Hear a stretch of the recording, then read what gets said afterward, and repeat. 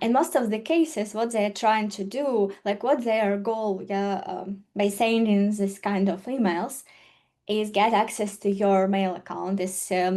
Your mail account is quite kind of treasure for hackers, because once they gain access to your mail account, they may uh, gain access to other sensitive accounts, like bank accounts or social media accounts or investment accounts, and learn a lot of sensitive and personal data.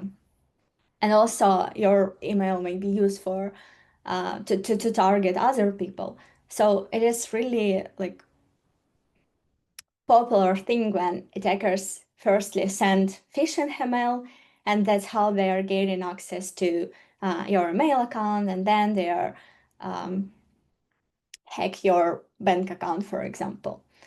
So that's why we should go out of our way to protect our email account. So how can we do that? First of all, we should come up with a really strong password. What strong password means? So it is a combination of upper lowercase letters, special symbols, numbers, and it should be quite long, like at least 12 syllables.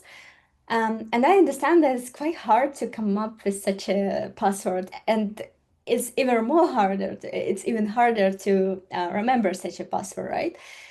So I have a like hint for you. You may use some passphrases.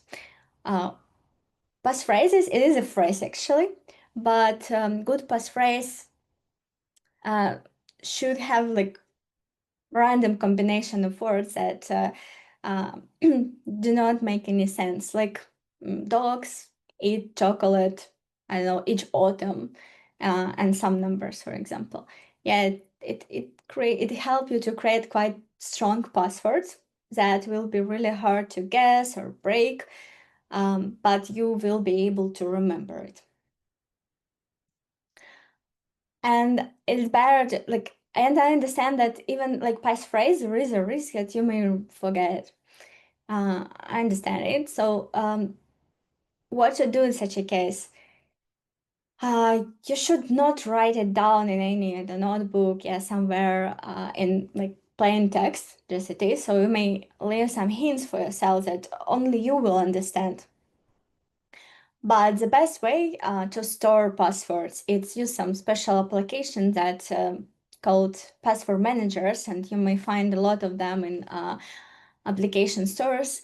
And also, like many phones, they already have built it password manager, like keychain in the phones and so on.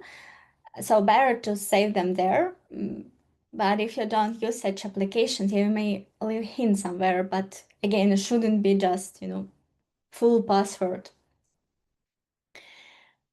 And unfortunately, password is just the first line of defense, and it's not enough in our like modern reality.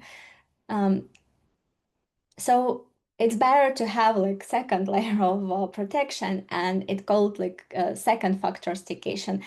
Probably you have seen it already like many times when you log in somewhere and then you're receiving a phone call and you should confirm that you are logging in somewhere, or you see pop-up window or your phone and you should like click approve, or you receive a pop-up on your phone with numbers and you should enter these numbers on web page. Yeah, it is a second factor authentication, but on our like in our mail accounts, usually it's not like turning on by default, so you should go to setting and turn it on.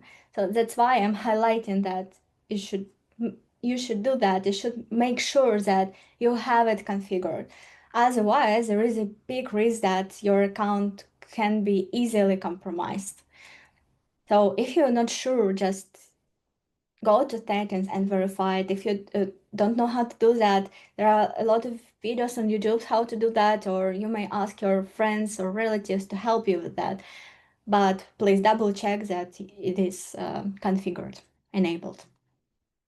And last but not least, here that better do not use the same passwords like in multiple accounts and services, especially if you're talking about sensitive ones like bank accounts, investment accounts, mail account. Yeah, better to come up with different password for all of them. What else you can do to protect yourself is protect your phone number, because attackers also there are a lot of popular schemes when they stole a phone number and use it again to get access to bank accounts or investment accounts. Unfortunately, there are no lot of tips how to protect the phone number, but what you can do, you may ask your carrier whether it's possible to configure additional PIN on your phone number. In this case, if you have it, uh, you can move it or do any operations without this PIN. And also, it's good practice, do not share it like everywhere in social media, comments, etc. So your phone number shouldn't be easily accessed.